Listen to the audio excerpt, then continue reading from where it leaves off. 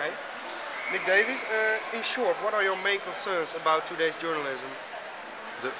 I am arguing that we are now structurally likely to produce stories which contain falsehood, distortion and propaganda. The reason for that, in short, is that our organisations have become commercialised, run for profit instead of being run for the truth. Staffing levels have been reduced, the number of stories we have to produce has been increased.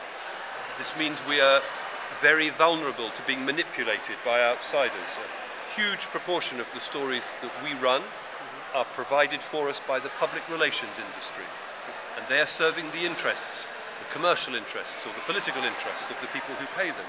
They're not serving the interests of our readers or viewers or listeners.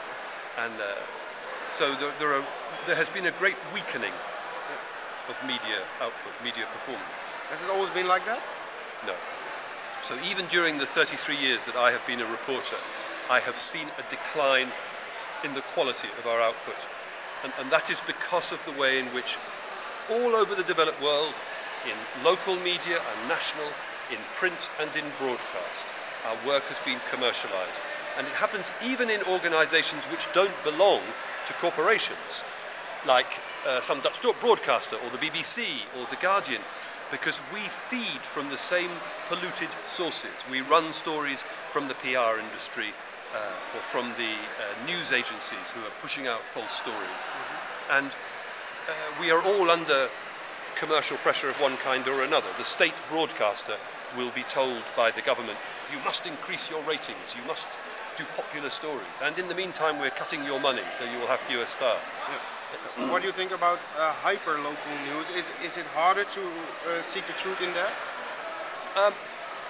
Hyper-local news is interesting because it's one of the few areas where I think ordinary civilians can perform a really useful function in news reporting, because they will know what is happening in their particular neighbourhood, and if they can convey it to journalists who can check and make sure, it's really useful.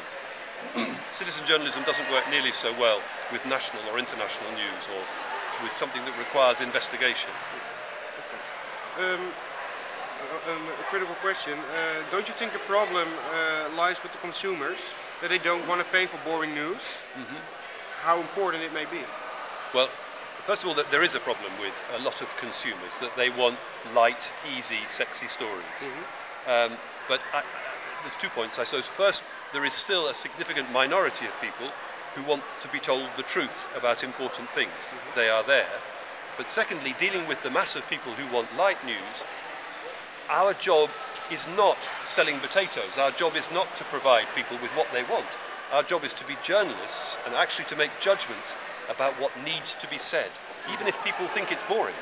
And then our skill is to tell this potentially boring story in a way that is attractive and simple, so that we can convey the information. So with our skill we can get rid of the consensus? Yes, it's a matter of skill. It's also a matter of using independent judgment, journalistic judgment, to say, well, everybody else may be doing masses of coverage because the captain of the England football team has had sex with somebody he's not married to. Well, us, we're not interested in that. We're going to do something important instead. We can make our own judgment about what stories we should be covering. Okay. And 2 final questions. Do you think there's something as off the record? Yes, sure. I do most of my work off the record, because the important thing is that we discover information. And if somebody can give me this information only by being off the record, say, don't quote me, but here it is, then that's fine with me. That's good raw information. I have to go out and check and make sure it's true, but I'm not particularly interested in quoting people. I'd like to know the truth. Okay, last question. Why should we buy your book? Well, you don't have to. It still is not compulsory to buy my book, but it is quite unusual for a journalist to try to tell the truth about journalism. And I think for journalists it may be helpful to see more clearly what it is that's going wrong inside our organisations, because if you can see the problem more clearly, it's more likely that you can manoeuvre yourself to a solution, to be able to do your job as you want to do. Okay, thank you very much. Okay, thank you.